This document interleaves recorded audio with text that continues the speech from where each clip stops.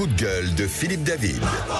Comme d'habitude, je vais remettre le clocher au milieu du village. Un village qui se trouve à Paris, rive droite, rive gauche, mais plutôt rive gauche. Pourquoi Paris plutôt rive gauche ? Parce que c'est dans cette partie de Paris que se trouvent la plupart des ministères et que la réaction d'un ancien ministre, qui officiait lui rive droite, m'a fait sortir de mes gonds. En effet, Daniel Vaillant, qui fut ministre de l'Intérieur de 2000 à 2002, s'est ému d'avoir perdu le 1er janvier dernier son véhicule avec chauffeur, son officier de sécurité et son secrétariat. Des avantages dont il bénéficiait depuis bientôt 24 ans et qui lui ont fait tenir ses propos surréalistes. C'est un changement de vie. J'ai 76 ans, je ne suis pas hyper vieux, mais je ne suis pas en bonne santé. Bon, ma femme, pour être très claire, me dit « Je ne veux pas que tu reconduises ». Ah bah oui, mais alors comment je fais, moi ? Je ne veux pas polémiquer avec ça. Je n'ai jamais été pour les privilèges. Je suis socialiste, je le reste.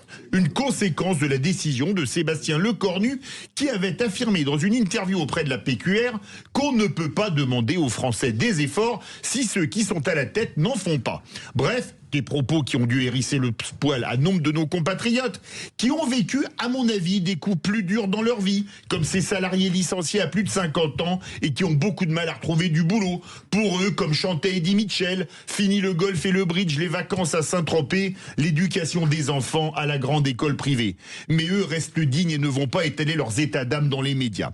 Heureusement d'ailleurs que Daniel Vaillant est socialiste et contre les privilèges. Il est d'ailleurs tellement socialiste et contre les privilèges que l'idée de souffler à l'oreille de ses amis politiques, Lionel Jospin et François Hollande, ne lui a priori même pas effleuré l'esprit, alors que le premier étant resté à Matignon 5 ans et le second à l'Élysée pour le même laps de temps, ils auraient pu agir contre ce privilège d'un autre âge que Sébastien Lecornu a eu 1000 fois raison de supprimer.